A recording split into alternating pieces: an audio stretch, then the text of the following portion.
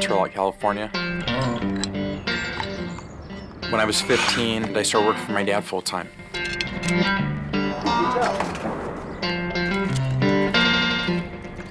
When I was 20 years old, my girlfriend moved in, and we had a child.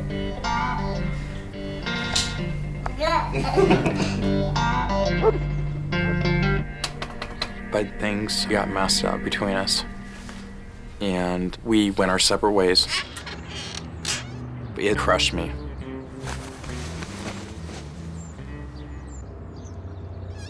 At the time, I was trying to remove what had happened in my head, and I really got into lifting weights. 6, come on, 2 more. We worked out 6 days a week. 4, come on, buddy. 4 more. That took my mind off of a lot of things. Yeah. Do you like job there? A friend of mine from high school, Brad. Hey, man. Hey, how you doing? Very well. Good to see you. Oh, very well. Yeah, good to see you. he was kind of big, You're really big. and I was wondering what's going on here. And so I got to talking with him, and he was like, yeah, you know, I do steroids and stuff like that. I was actually kind of surprised when I heard all that. I was like, really? Well, how does that work? I was kind of interested in wanting to know more about it. I can hook you up. The whole point of us lifting weights and stuff was to get bigger, to look better for women. I told him, hey, that would be great.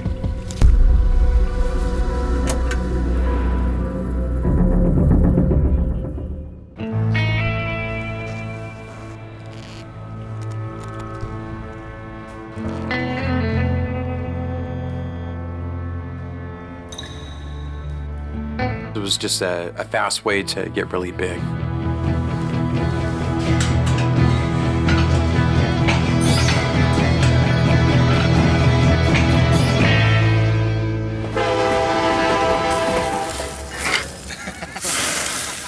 A few weeks after I had actually bought some steroids, I had asked him, so where do you get this from? Well, we get it from Mexico. We get it from the pharmacies there. Had him in a spare tire, and we drive back over the border. Yeah, we're gonna go down there in a couple weeks. If you want, I think we have room for another person. It sounded fun to me.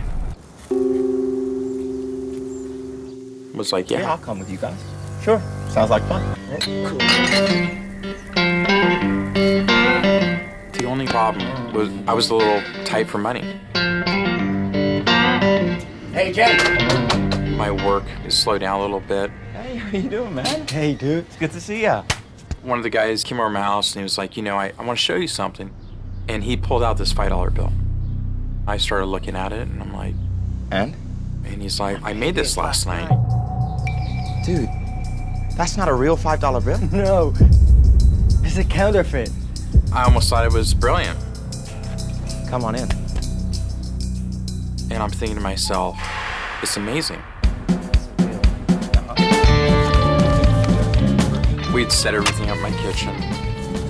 You threw in some $100 bills into the scanner. You run a piece of paper through the printer. You turn the paper around, print out the back side of it. Dude, this is great. I know.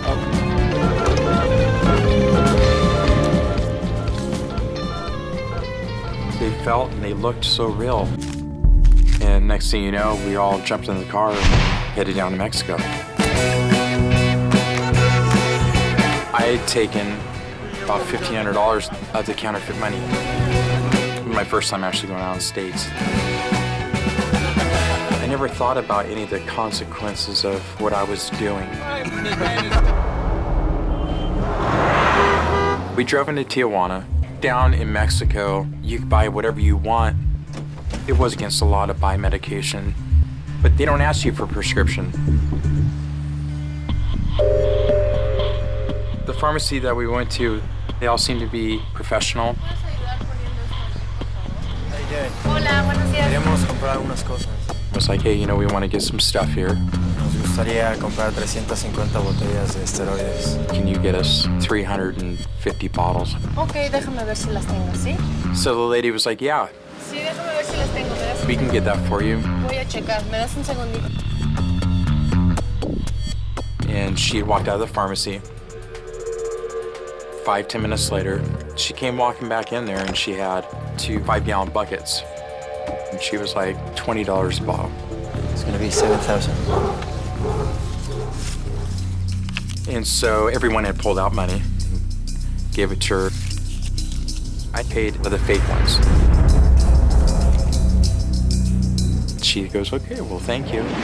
Sí, está bien. And she put the money in the cash register, and I was like, oh, wow. I got away with it. I was like, oh my God, I can't believe this. I did think to myself, you know what? That was too easy. We were packing up all of our stuff, wrapping it all up, and then marking our names on it. I knew it was illegal, so I was a little bit nervous about how much we were bringing back. I kind of thought to myself, man, is all this stuff gonna fit inside that spare tire? We headed down to the tire shop. We started packing everything inside the tire.